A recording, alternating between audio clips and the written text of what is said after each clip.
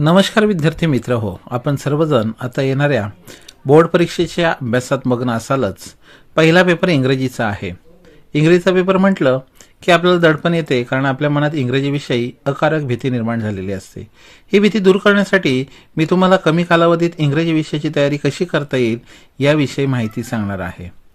आपल्याला सर्वांना माहीत आहे की इंग्रजी विषयाचा पेपर 100 गुणांचा असून त्यापैकी 80 गुण लेखी परीक्षेसाठी तर 20 गुण तोंडी परीक्षेकरता आहेत.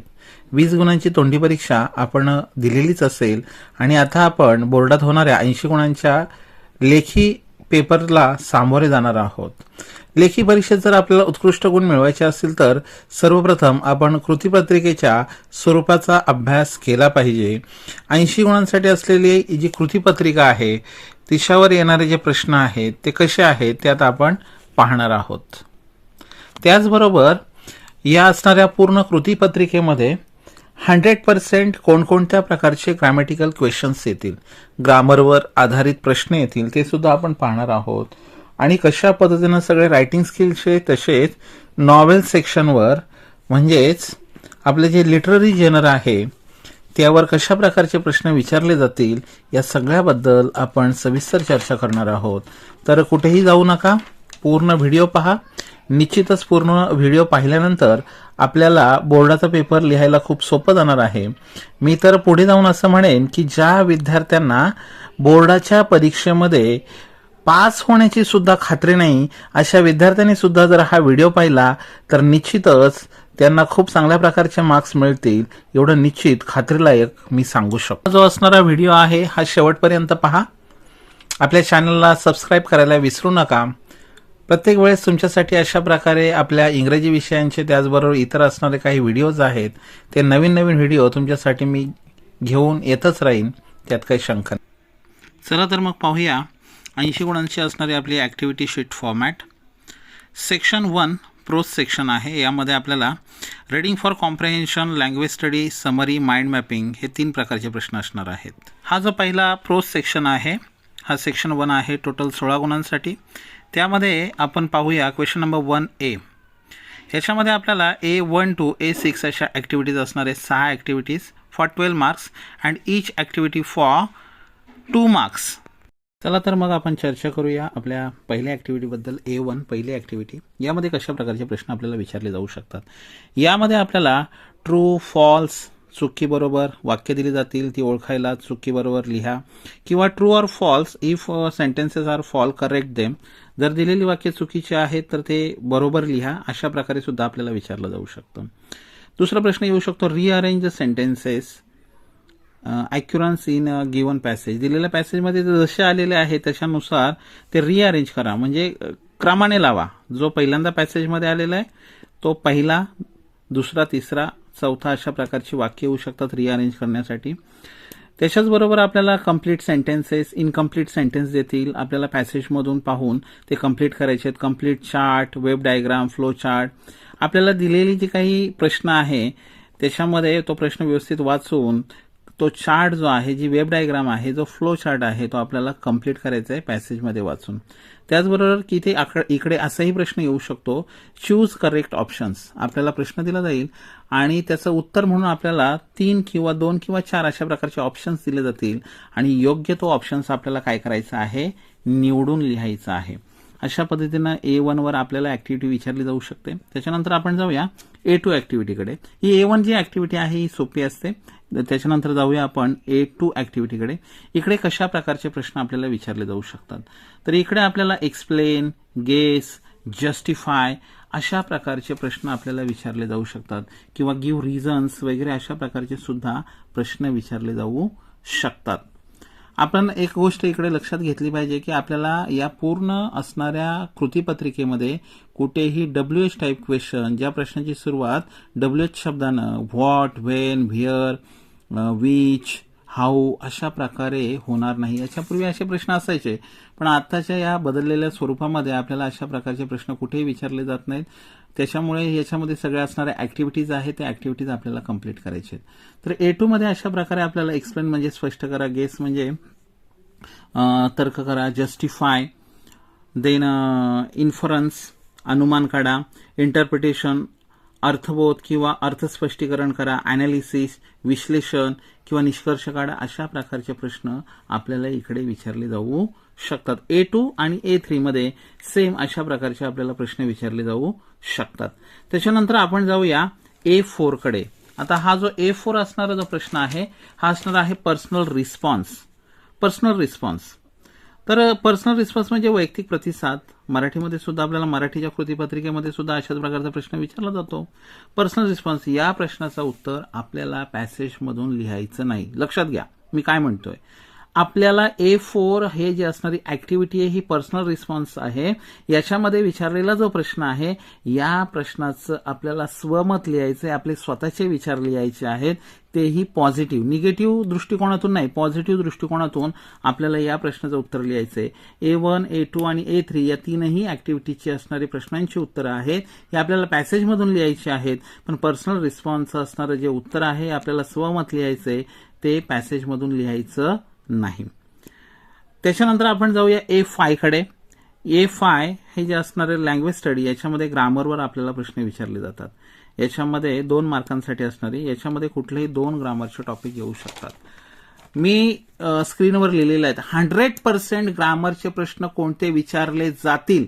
100% आपल्या स्क्रीनवर जे आपल्याला दिसतात change the voice, tense, sentence synthesis, modal auxiliaries यावर 100% डिग्री, डायरेक्ट इनडायरेक्ट स्पीच 100% प्रश्न विचारलेच जातील. हे टॉपिक आपण जर ऑब्झर्वेशन केलं दरवर्षीच्या असणाऱ्या सगळ्या ज्या असणाऱ्या कृतीपत्रिका आहेत किंवा प्रश्नपत्रिका आहेत यांचं सगळ्यांचं ऑब्झर्वेशन केल्यानंतर असं लक्षात येतं की 100% हे ग्रामरचे असणारे टॉपिक्स आहेत हे विचारलेच जातात. आणि मग कधी कधी विचारले जाणारे जे टॉपिक्स आहेत ते सुद्धा आपण लिहिलेले स्क्रीनवर. No sooner than, not only but also, use though, neither nor, if not, unless, make rhetorical questions, infinitive and gerund form याच्यावर सुद्धा आपल्याला प्रश्न विचारले जातात. तर अशा प्रकारचे ग्रामरचे प्रश्न, ग्रामरचे जे 100% मी सांगलेले जे टॉपिक आहेत change the voice, tense, sentence synthesis म्हणजे make compound complex sentence, modal auxiliaries, no sooner than वगैरे हे सगळे असणारे टॉपिक्स आहेत. याचा 100% डायरेक्ट इनडायरेक्ट स्पीच याचा 100% तुम्ही तयारी कराच, कारण की याच्यावर तुम्हाला प्रश्न विचारलाच जाणार. यानंतर येऊया पुढच्या आपल्या 6व्या ऍक्टिव्हिटीकडे. वोकॅब्युलरी. इकडे आपल्याला शब्दार्थांवर अवलंबून असणारे जे प्रश्न आहेत ते आपल्याला विचारले जातील.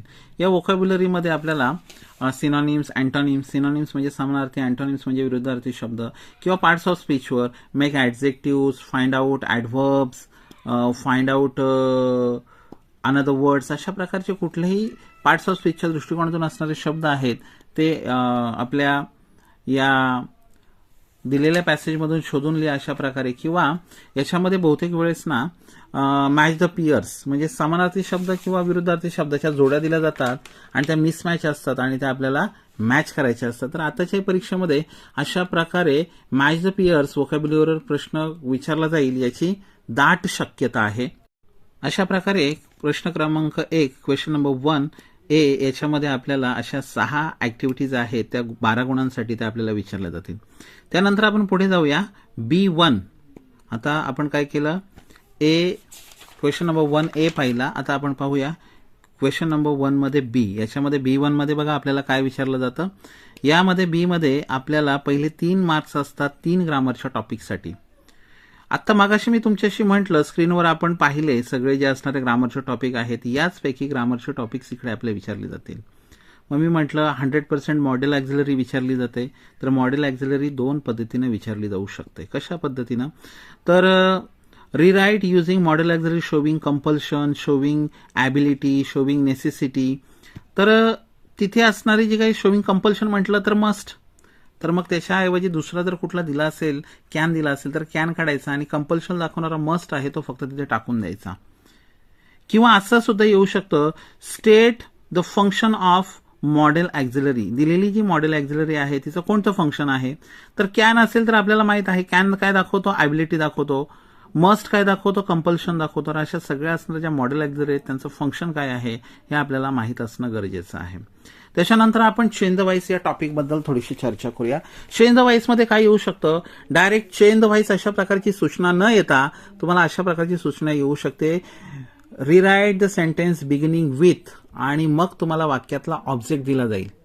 म्हणजे या दिलेल्या ऑब्जेक्टनं वाक्याची सुरुवात करा. डिरेक्टली असं देणार नाहीत, चेंज द व्हाईस.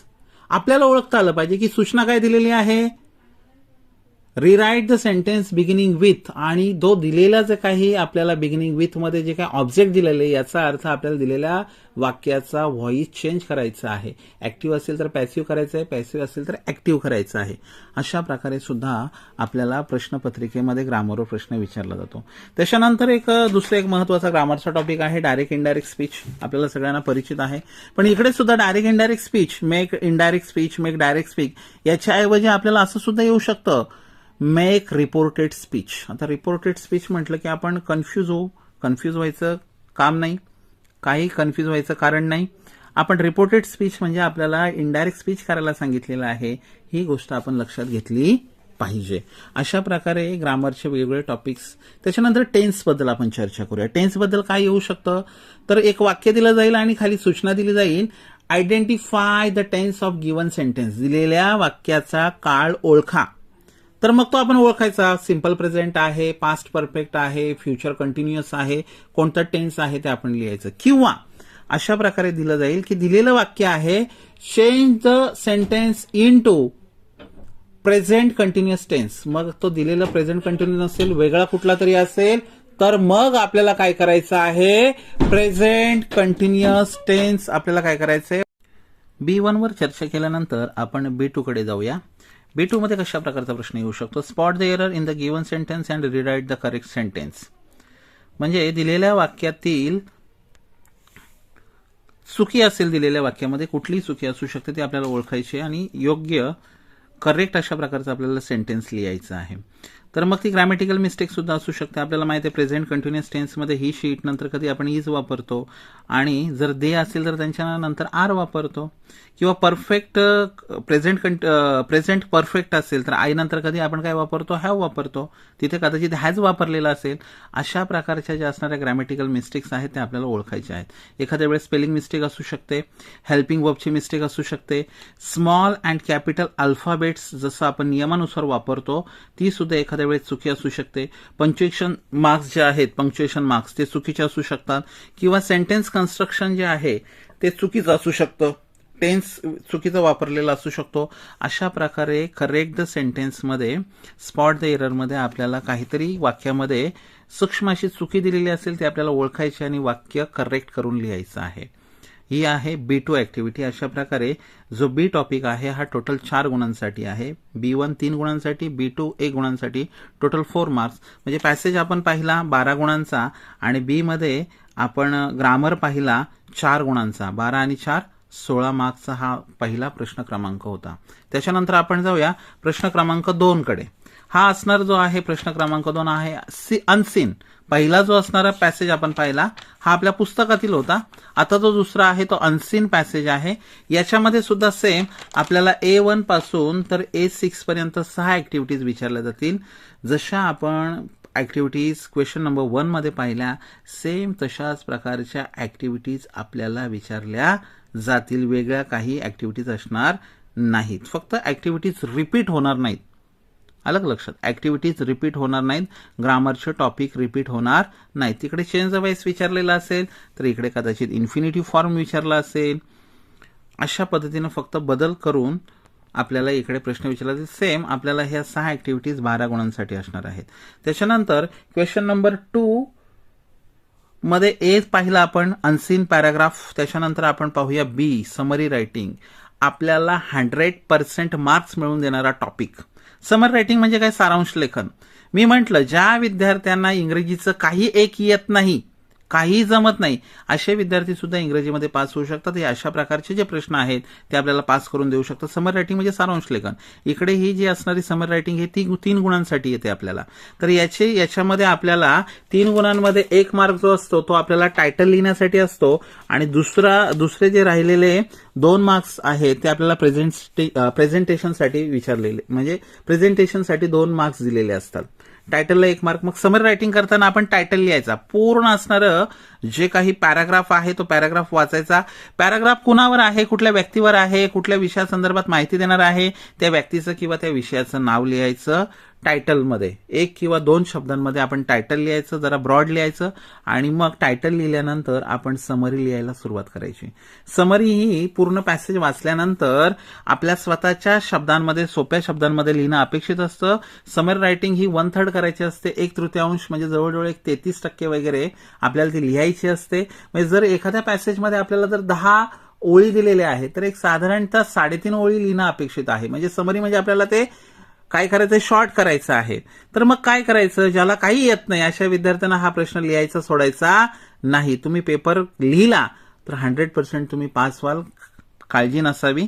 मग इकडे काय करायचं, टायटल लिहायचं आणि टायटल लिहिल्यानंतर चुकीची गोष्ट आहे पण आपल्याला पास व्हायचंय म्हणून मार्क्स मिळवून देणाऱ्या या ट्रिक्स आहेत. आपण काय करायचं, प्रश्न सोडून द्यायच्या ऐवजी 2 ओळी सोडायच्या, 1 ओळ लिहायची, 2 ओळी सोडायच्या, 1 ओळ लिहायची. दिलेला जो अनसीन पॅसेज आहे ज्याच्यावर आपण 6 ऍक्टिव्हिटीज एवढ्या सोडवल्या, अनसीन पॅसेज क्वेश्चन नंबर 2 मधला, याच असणाऱ्या पॅसेजची आपल्याला समरी करायची. मग काय करायच्या, पहिली 2 ओळी सोडायच्या, 1 ओळ लिहायची, 2 ओळी सोडायच्या, 1 ओळ लिहायची. असं करून आपण काय करायचे, समरी लिहायचे. हा प्रश्न सोडून द्यायचा नाही. हा आपल्याला 3 मार्क्सपैकी कमीत कमी 2 मार्क्स 100% मिळवून देऊ शकतो. अशा पद्धतीनं जरी तुम्ही समरी लिहिली तरी सुद्धा तुम्हाला 2 मार्क्स इकडे मिळाल्याशिवाय राहणार नाहीत. अशा प्रकारे हा मार्क मिळवून देणारा असणारा टॉपिक आहे. त्याच्यानंतर आपण पुढच्या प्रश्नाकडे जाऊया. See mind mapping. इकडे आपल्याला माइंड मॅपिंग करायची आहे. माइंड मॅपिंग म्हणजे काय, तर आपल्याला इकडे सी मध्ये 3 गुणांसाठी प्रश्न दिला जाईल. त्या प्रश्नामध्ये आपल्याला एक टॉपिक दिला जाईल. गेल्या वेळेच्या प्रश्नपत्रिकेमध्ये प्रॉपर टाइम मॅनेजमेंट म्हणून टॉपिक दिला होता. तर आपल्याला इकडे काय करायचंय, वेब डायग्राम वगैरे दिलेली असेल किंवा दिलेली नसेल, इनकम्प्लीट डायग्राम दिलेली असेल तर ते आपल्याला कम्प्लीट करायचे, दिलेली नसेल तर पूर्ण वेब डायग्राम आपल्याला काढायची. एक मेन जो असणारा प्रॉपर टाइम मॅनेजमेंट हा टॉपिक आहे, हा मधल्या असणाऱ्या सर्कलमध्ये लिहायचा. त्याच्यानंतर त्याचे असणारे पॉइंट्स, सब पॉइंट्स हे आपल्याला बाजूला लिहायचे. मग जर प्रॉपर टाइम मॅनेजमेंट आहे तर त्याचे जे असणारे पॉइंट्स आहेत ते बाजूला येतील आणि प्रत्येक पॉइंटचा असणारा सब पॉइंट आहे तो बाजूला डेव्हलप होईल. अशा पद्धतीनं आपल्याला काय करायचे, माइंड मॅपिंग करायचे आहे. इथे सुद्धा आपल्याला पॉइंट्स दिले जातील हे सगळं डेव्हलप करण्यासाठी माइंड मॅपिंग. तर व्यवस्थितरित्या हा टॉपिक सुद्धा आपल्याला डेव्हलप करायचा आहे. माइंड मॅपिंग सोडायचं नाही. वेब डायग्राम आपण स्क्रीनवर पाहू शकता, वेब डायग्राम कसे आहे. अशा पद्धतीनं जे रिलेटेड वर्ड्स आहेत, जसं आपल्याला स्कूल, तर मग रिलेटेड वर्ड्स काय स्कूलचे, तर मग बाबा कॉलेज, स्कूलच्या रिलेटेड बाबा क्लासरूम, टीचर्स, हेडमास्टर, प्रिन्सिपल वगैरे, ब्लॅकबोर्ड, चॉक, बेंचेस, अशा प्रकारे जे असणार तशाच पद्धतीने इकडे आपल्याला काय करायचे, रिलेटेड जे असणारे आयडियाज आहेत त्या आयडियाज आपल्याला लिहायचे आहेत. याला म्हणतो आपण माइंड मॅपिंग. हा सुद्धा 3 गुणांसाठी अशा पद्धतीने असणारा हा क्वेश्चन नंबर 2, 12 गुणांचा पहिला पॅसेज. त्याच्यानंतर सेक्शन सेकंडला सुरुवात होते, तो असतो पोएट्रीवर अवलंबून. पोयम्स ज्या आहेत आपल्या पुस्तकातील सगळ्या ज्या असणाऱ्या पोयम्स आहेत त्या पोयम्सवर अवलंबून त्याची आपण चर्चा करूया. चला तर मग चर्चा करूया आपल्या या पोएट्री सेक्शनवर. क्वेश्चन नंबर 3A यामध्ये आपल्याला सीन पोएम विचारली जाणार आहे. टोटल आपल्या अभ्यासक्रमामध्ये असणाऱ्या 2.1 to 2.8 या असणाऱ्या सगळ्या 8 कविता आहेत, यांचा ऑलरेडी आपण अभ्यास केलेला आहे. या 8 कवितांपैकी कुठली तरी एक जी कविता आहे ती आपल्याला इकडे प्रश्न उत्तरांसाठी विचारली जाणार आहे. क्वेश्चन नंबर 3A इथे एक पोएम विचारली जाणार. याच्यामध्ये आपल्याला 5 ऍक्टिव्हिटीज आहेत, 10 गुणांसाठी. Each activity for 2 marks. याच्यामध्ये जी पहिली ऍक्टिव्हिटी आहे A1 ही असणार आहे ग्लोबल अंडरस्टँडिंग. ग्लोबल अंडरस्टँडिंगवर कशा प्रकारच्या ऍक्टिव्हिटीज विचारल्या जातात याची ऑलरेडी आपण पॅसेज पाहताना, एक्स्ट्रॅक्ट पाहताना चर्चा केलेली आहे. इकडे एखादी असणारा फ्लो चार्ट आहे किंवा वेब डायग्राम आहे ती येण्याची शक्यता आहे आणि मग ते आपल्याला पोएम वाचून आपल्याला ती कंप्लीट करायची आहे. त्याच्यानंतर आहे A2 इन्फरन्स, इंटरप्रिटेशन, अनालिसिस. याच्यावर सुद्धा आपण चर्चा केलेली आहे. हे सुद्धा आपल्याला पोयम मधून या प्रश्नांचे उत्तर आपल्याला लिहायचे आहे. त्याच्यानंतर आहे A3. आता A3 हा जो प्रश्न असणार आहे हा असणार आहे पर्सनल रिस्पॉन्स. आतापर्यंत आपण पाहिले 2 जे पॅसेज पाहिले, एक्स्ट्रॅक्ट पाहिले, याच्यामध्ये A4 मध्ये आपल्याला पर्सनल रिस्पॉन्सवर प्रश्न विचारले, परंतु पोयम मध्ये A3 मध्येच हा प्रश्न येणार आहे. या प्रश्नाचं उत्तर स्वमत आपल्याला स्वतः लिहायचं आहे. पोयम मधून या प्रश्नाचं उत्तर लिहायचं नाही. त्यानंतर पुढचा आहे A4 पोएटिक डिव्हाइसेस. आता पोएटिक डिव्हाइसेस 2 प्रकारचे आहेत 12वीला अभ्यासण्यासाठी. एक आहे फिगर ऑफ स्पीच आणि दुसरा आहे रायमिंग स्कीम. तर आपण सगळ्या 1 ते 8 कविता सगळ्याच्या अभ्यासलेल्या दिलेल्या आहेत याच्यामध्ये प्रत्येक ओळीला कुठल्या कवितेमध्ये किती फिगर ऑफ स्पीच आलेले आहेत याचा ऑलरेडी अभ्यास करून घ्या. बघा, महत्वाचं आहे A4 पोएटिक डिव्हाइसेसवरची ऍक्टिव्हिटी. प्रत्येक कवितेमध्ये येणारे सगळे फिगर ऑफ स्पीच आहेत, कोणत्या ओळीला कोणतं फिगर ऑफ स्पीच आहे याचा अभ्यास आत्ताच करून घ्या. आणि प्रत्येक पोयमच्या असणाऱ्या स्टांझामध्ये कोणती रायमिंग स्कीम आहे, कोणत्या पोयममध्ये कोणती रायमिंग स्कीम वापरलेली आहे पाठ करून घ्या, बाय हार्ट करून घ्या. म्हणजे A4 या प्रश्नाचं उत्तर लिहिताना तुम्हाला अजिबात अडचण येणार नाही. फिगर ऑफ स्पीच आणि रायमिंग स्कीम याचा व्यवस्थित अभ्यास करा. हे 2 पोएटिक डिव्हाइसेस आहेत, याच्या व्यतिरिक्त कुठलाही A4 मध्ये प्रश्न विचारला जाणार नाही. त्याच्यानंतर आहे A5 ऍक्टिव्हिटी आहे. A5 ऍक्टिव्हिटीमध्ये आपल्याला क्रिएटिव्हिटी आहे. इथे आपल्याला स्वतः पोयम तयार करायचे आहे 2 ते 4 ओळींमध्ये. आता 2 ते 4 ओळींमध्ये पोयम लिहायची आहे. आपल्याला कदाचित एखादी ओळ दिलेली असेल आणि मग 1 किंवा 2 ओळ पुढची जी पोयम आहे इनकम्प्लीट ती आपल्याला कंप्लीट करायची फक्त 2 ते 4 ओळींमध्ये, जास्त नाही की पूर्ण पोयम नाही लिहायची. आपल्याला फक्त 2 ते 4 ओळी आपल्याला फक्त लिहायच्या आहेत, स्वतः कंपोज करायच्या आहेत. कदाचित ओळी दिलेल्या नसतील, नुसता विषय दिलेला असेल तरी सुद्धा त्या विषयावर आपल्याला 2 ते 4 ओळींमध्ये एखादी जी असणारी पोयम आहे ती आपल्याला कंपोज करायची आहे. ही तयारी करून ठेवा. कविता तयार करता आली पाहिजे, फक्त 2 ते 4 ओळी. यानंतर आहे क्वेश्चन नंबर 3B. हा जो असणारा बी क्वेश्चन आहे असणार आहे ॲप्रिसिएशनवर. हे ॲप्रिसिएशन आपल्याला असणार आहे 4 गुणांसाठी. आपल्याला जी पोयम क्वेश्चन नंबर 3A मध्ये विचारली ती सोडून राहिलेल्या ज्या 7 कविता आहेत त्याच्यापैकी कुठली तरी एक पोयम आपल्याला ॲप्रिसिएशनसाठी येईल. ती पोयम जशीच्या तशी आपल्याला आपल्या प्रश्नपत्रिकेमध्ये दिली जाईल आणि मग दिलेली जी असणारी पोयम आहे तिचं टायटल नसेल आणि तिचं जे पोएटचं नाव आहे ते नसेल, ते मात्र आपल्याला पोयम वाचून आपल्याला ओळखायचं आहे. मग आपल्याला पॉइंट्स दिलेले असतील. For example, title of the poem, name of the poet, त्याच्यानंतर second point theme, third point poetic devices and language, fourth point values आणि fifth point your opinion about the poem. वेगळ्या प्रकारचे सुद्धा पॉइंट्स येऊ शकतात. अशा प्रकारे 5 किंवा 4 पॉइंट्समध्ये आपल्याला दिलेल्या कवितेचं ॲप्रिसिएशन लिहावं लागतं. ऑलरेडी रेडी ॲप्रिसिएशन्स असतात नोट्समध्ये, गाईडमध्ये म्हणा किंवा तुमच्याकडे रेडी कुठलं मटेरियल असेल त्याच्यामध्ये किंवा ऑनलाईन जाऊन तुम्ही पाहू शकता. सगळ्याच पोयमचे ॲप्रिसिएशन्स ऑलरेडी रेडी आहेत. हे आपण बाय हार्ट करून घ्या. बघा, लक्षात घ्या, हे पाठ करून घ्या. 8च्या 8 पोएम्स असणारं जे काही ॲप्रिसिएशन आहे हे बाय हार्ट करून घ्या, पाठ करून घ्या. 100% 4 मार्काला आपल्याला हे विचारलं जाणार आहे. म्हणजे बघा, आपल्याला प्रश्नपत्रिका माहीत होते. आपल्याला 8 पोयम पैकी 8च्या 8 पोयमचं ॲप्रिसिएशन बाय हार्ट करायचंय. 100% हा प्रश्न आपल्याला 4 किंवा 3 गुण मिळवून देणारा आहे. म्हणून मी म्हटलं, नापास होणारा विद्यार्थी सुद्धा पास होणार का? तर त्यानं सांगितल्याप्रमाणे जर अभ्यास केला, या असणाऱ्या 8 पोयम्स ज्या आहेत त्याचं ॲप्रिसिएशन त्यानं जर पाठ करून ठेवलं तर 100% हा प्रश्न येणार आहे. त्याला ह्या 4 पैकी 4 किंवा 3 मार्क्स 100% मिळणार. इथे आपला सेकंड सेक्शन संपलेला आहे. आता पुढचा सेक्शन सुरू होतोय, सेक्शन 3 किंवा थर्ड, रायटिंग स्किल्स. सगळ्यात जास्त मार्क्स मिळवून देणारा आपल्याला हा असणारा सेक्शन. क्वेश्चन नंबर 4ला सुरुवात होते. इकडे आपल्याला क्वेश्चन नंबर 4 मध्ये ABCD असे 4 प्रश्न विचारले जातात. प्रत्येक असणाऱ्या उपप्रश्नामध्ये A मध्ये 3 रायटिंग स्किल्सचे असणारे टॉपिक्स आपल्याला विचारले जातात. त्याच्यापैकी आपल्याला एक लिहायचा असतो. म्हणजे A मध्ये 3, B मध्ये 3, C मध्ये 3 आणि D मध्ये 3. या 3 पैकी टोटल 12 टॉपिक्स आहेत. आपल्याला ऍक्च्युली फक्त प्रश्नपत्रिकेमध्ये 4 लिहायचे आहेत. A मध्ये 1, B मध्ये 1, C मध्ये 1 आणि D मध्ये 1. हे अशा प्रकारे दिलेले 3 असतील, ऑप्शन्स असतील. उरलेले 2 सोडायचे आणि 1 लिहायचं. असे फक्त आपल्याला ABCD 4 टॉपिक्स आपल्याला लिहायचे. खूप सोपा असणारा हा टॉपिक आहे. फक्त याच्यासाठी तुम्हाला तयारी करावी लागेल, कारण की तयारी आणि मेहनत याला पर्याय नाही. डिटेलमध्ये चर्चा करूया. क्वेश्चन नंबर 4A यामध्ये आपल्याला 3 टॉपिक कोणते दिले जातील? पहिला टॉपिक असणार आहे ड्राफ्टिंग अ व्हर्च्युअल मेसेज. आपल्याला याच्यामध्ये व्हर्च्युअल मेसेज काय करायचं आहे, ड्राफ्ट करायचं आहे.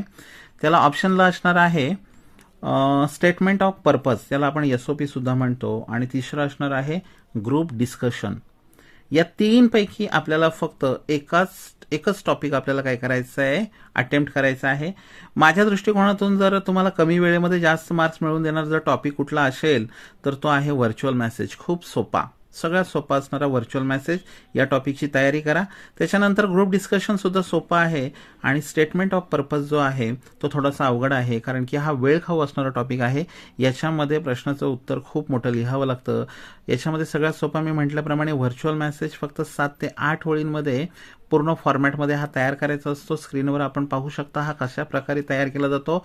याचा जो असणारा फॉर्मॅट आहे तो फॉर्मॅट आपण पाहू शकता. त्या फॉर्मॅटमध्ये हा तुम्हाला तयार करायचा आहे. याच्यामध्ये डेट टाईम येणं गरजेचं आहे. कुणाला तुम्ही लिहिताय तो मेसेज, त्याचं नाव, त्याच्यानंतर मेसेज अगदी शॉर्टमध्ये, कारण की हा व्हर्च्युअल मेसेज आहे. जसं आपण व्हॉट्सअपवर मेसेज पाठवतो तशा प्रकारे 3 ते 4 ओळींमध्ये मेसेज तयार करायचा आणि सगळ्यात शेवटी सेंडरचं नाव.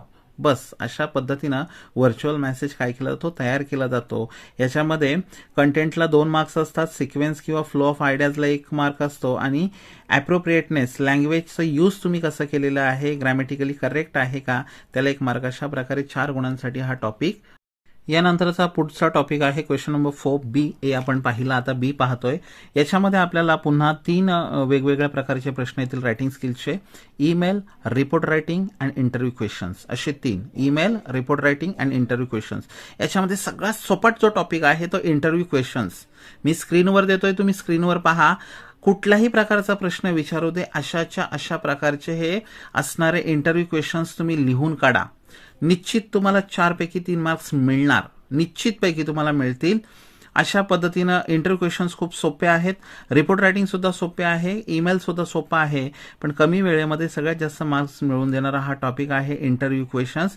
कदाचित जर समजा हे इंटरव्ह्यू क्वेश्चन्स आहेत हे कसे विचारले जातात, तर एखाद्या कुठल्याही फील्डमध्ये असणारा सक्सेसफुल पर्सन आहे तर त्याचे इंटरव्ह्यू घ्या. अशा प्रकारे त्या इंटरव्ह्यूसाठी 8 ते 10 प्रश्न तयार करा, अशा प्रकारचा प्रश्न विचारलेला असतो. तर सक्सेसफुल पर्सन, मग तो एखाद्या स्पोर्ट्समध्ये असू शकतो, बिझनेसमध्ये असू शकतो, शेतीमध्ये असू शकतो, कुठल्याही क्षेत्रामध्ये, किंवा एखादा समाजसुधारक असू शकतो. त्याच्या क्षेत्रामध्ये तो सक्सेसफुल झालेला असतो. तर सक्सेसफुल पर्सनसाठी वेगवेगळ्या क्षेत्रांमध्ये प्रश्न जवळजवळ सारखेच येतात.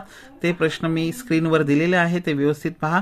कदाचित वेगळ्या प्रकारचा जर प्रश्न आला की आत्महत्याग्रस्त शेतकरी कुटुंबातील एखाद्या व्यक्तीची इंटरव्ह्यू आहे, तर मात्र हे प्रश्न तुम्हाला लिहिता येणार नाहीत. त्याच्यासाठी वेगळे प्रश्न तयार करावे लागतील, ते तुम्ही स्वतः तयार करा. त्यानंतर आहे सी टॉपिक. सी टॉपिकमध्ये असणार आहे speech writing, art of comparing and expansion of ideas. याच्यामध्ये तुम्हाला जर खरंच तयारी करायची असेल तर स्पीच रायटिंगची करा. मित्रांनो, स्पीच रायटिंग सगळ्यात सोपी आहे, कारण की याची स्पीच रायटिंगची असणारी जी सुरुवात आहे ती सारखीच असते. त्याच्यानंतर विषयानुसार आपल्याला त्याच्यामध्ये बॉडी ऑफ द स्पीच आपल्याला लिहावी लागते आणि याची एंडिंग जी आहे ती एंडिंग सुद्धा सोपी असते, सारखीच असते. आणि म्हणून तुम्ही माझ्या दृष्टिकोनातून स्पीचची तयारी करा. तुम्हाला स्क्रीनवर दिसेल स्पीच, त्याच्या ज्या असणाऱ्या सुरुवातीच्या ज्या लाईन्स आहेत त्या तुम्हाला कॉमन पाहायला मिळतील. एंडिंगच्या असणाऱ्या ज्या लाईन्स आहेत त्या तुम्हाला कॉमन पाहायला मिळतील. पुन्हा main body of the speech, याच्यामध्ये कुठल्या लाईन्सनं तुम्ही सुरुवात करू शकता, काय लिहिलं पाहिजे ते सुद्धा तुम्ही इथे स्क्रीनवर पाहू शकता. त्याच्यानंतर याच्यामधला जो आर्ट ऑफ कम्पेअरिंग हा टॉपिक सुद्धा सोपा आहे, तोही तुम्हाला स्क्रीनवर पाहायला मिळेल. एक्सपेन्शन ऑफ आयडियाज हा टॉपिक सुद्धा सोपा आहे, पण सगळ्यात सोपा स्पीच आहे. त्याच्यानंतर जर स्पीच करायचं नसेल तर आर्ट ऑफ कम्पेअरिंग करा. हे 2 टॉपिक अत्यंत सोपे आहेत, याची तयारी तुम्ही करू शकता. त्याच्यानंतर आपण डी कडे वळूया. डी प्रश्न आहे क्वेश्चन नंबर 4 मधला डी. याच्यामध्ये सुद्धा आपल्याला 3 टॉपिक विचारतात. पहिला आहे फिल्म रिव्ह्यू किंवा बुक रिव्ह्यू, फिल्म रिव्ह्यू किंवा बुक रिव्ह्यू. दुसरा आहे ब्लॉग आणि तिसरा आहे अपील रायटिंग. हे 3ही टॉपिक सोपे आहेत, पण त्यातल्या त्यात सगळ्यात सोपा जो टॉपिक आहे तो फिल्म रिव्ह्यू. तो फिल्म रिव्ह्यू तुम्ही फिल्म रिव्ह्यूची तयारी करा. फिल्म रिव्ह्यू पाठ करून घ्या. कुठल्याही तुमच्या आवडीचा कुठलाही एखादा फिल्म असेल ती फिल्म तुम्ही पाठ करून घ्या. स्क्रीनवर आपल्याला फिल्म रिव्ह्यू तुम्हाला पाहायला मिळेल. किंवा त्याला ऑप्शनला दुसरा प्रश्न येऊ शकतो बुक रिव्ह्यू, तर बुक रिव्ह्यू पण तुम्हाला स्क्रीनवर पाहायला मिळेल. तो बुक रिव्ह्यू सुद्धा पाठ करून घ्या. हे 2 टॉपिक जर तुम्ही बाय हार्ट केले तर तुम्हाला बाकीच्या टॉपिकची ब्लॉग रायटिंग किंवा अपील रायटिंगची तयारी करण्याची गरज लागणार नाही, कारण की फिल्म रिव्ह्यूसाठी पर्टिक्युलर फिल्मचं नाव दिलं जात नाही. तुमच्या आवडीचा कुठला एखादा फिल्म किंवा तुमच्या आवडीचा कुठलं एखादं पुस्तक, तर तुम्ही जे पाठ केले तेच लिहायचं, त्याच्या व्यतिरिक्त काय वेगळं लिहायची गरज नाही. म्हणून 100% तुम्हाला मार्क्स मिळवून देणारा हा टॉपिक आहे फिल्म रिव्ह्यू आणि बुक रिव्ह्यू. तुम्हाला स्क्रीनवर दिसेल, तो लिहून घ्या, बाय हार्ट करा आणि जसाच्या तसा आपल्या परीक्षेमध्ये लिहा. अशा पद्धतीनं एकूण असणारे ABCD 4 topic, each question for 4 marks, बरोबर ABCD 4 चौक 16, 16 मार्कांचा असणारा पूर्ण सेक्शन. त्याच्यानंतर पुढच्या सेक्शनकडे वळूया. Section 4 fourth literary genre novel. आपल्याला 12वीला नॉवेल आहेत. एकूण 4.1, 4.1, 4.2, 4.3, 4.4 असे 4 आपल्याला आहेत. त्याच्यामध्ये 4.1 आहे हिस्ट्री ऑफ इंग्लिश नॉवेल. आपल्याला क्वेश्चन नंबर 5A मध्ये या 4 वरच प्रश्न विचारले जातील, हिस्ट्री ऑफ इंग्लिश नॉवेल. तर याच्यामध्ये आपल्याला 5A मध्ये 1 आणि 2 अशा प्रकारचे 2 वेगवेगळे प्रश्न विचारले जातील. मग याच्यामध्ये आपल्याला ॲक्टिव्हिटीज असणार आहेत. मॅच द पियर्स किंवा पिक द ऑड वर्ड आउट वगैरे अशा प्रकारच्या. मग याच्यामध्ये नॉवेलिस्ट आहेत, त्या नॉवेलिस्टनं लिहिलेले ज्या नॉवेल्स आहेत त्यांची नावं आहेत. त्याच्यासाठी अशा प्रकारे मॅच द पियरसाठी हा प्रश्न येऊ शकतो. किंवा वेगवेगळ्या याच्यामधले पार्टमधले वेगवेगळे असणारे नॉवेलिस्ट आहेत, त्यांची नावं आहेत. तर त्याच्यामधलं एखादा ऑड वर्ड आहे तो बाहेर काढा. अशा प्रकारची ॲक्टिव्हिटीज इकडे विचारल्या जातील. इकडे प्रश्नांची उत्तरं लिहायची नाहीत, तर काय करायचं, असे मोठी उत्तर नाही लिहायची. आपल्याला इकडे ॲक्टिव्हिटीज काय करायच्या आहेत, कंप्लीट करायच्या आहेत. क्वेश्चन नंबर 5A मध्ये पहिली 2 गुणांसाठीची ॲक्टिव्हिटी असणार आहे आणि दुसरी 2 गुणांची असणारी ॲक्टिव्हिटी. टोटल हा जो क्वेश्चन नंबर 5A आहे 4 मार्क्ससाठी. त्याच्यानंतर आपण पुढे जाऊया. पुढे आहे B, C आणि D. बी सुद्धा 4 गुणांसाठी, सी सुद्धा 4 गुणांसाठी आणि डी सुद्धा 4 गुणांसाठी. बी मध्ये 2 प्रश्न असणार आहेत, सी मध्ये 2 असणार आहेत, डी मध्ये 2 असणार आहेत. हे सगळे असणारे प्रश्न आहेत. बी जो असणार आहे हा असणार आहे 4.2 वर अवलंबून. कुठला 4.2? आपल्या पुस्तकामध्ये 4.2 मध्ये जी नॉवेल आपल्याला अभ्यासण्यासाठी यावरच आपल्याला इकडे प्रश्न विचारले जातील. मग इथे प्रश्न कसे विचारले जातील, इकडच्या प्रश्नांची उत्तर मात्र आपल्याला काय करायची आहेत, मोठी लिहायची आहेत. जवळजवळ 50 शब्दांमध्ये प्रश्नांची उत्तरं लिहायची आहेत. पहिल्या आणि दुसऱ्या, पहिल्या प्रश्नाचं उत्तर सुद्धा 50 शब्दामध्ये 2 गुणांसाठी आणि दुसऱ्या प्रश्नाचं उत्तर जे आहे ते सुद्धा 2 गुणांसाठी. अशा प्रकारे आपल्याला 2-2 गुणांसाठी 2-2 प्रश्न लिहायचे आहेत.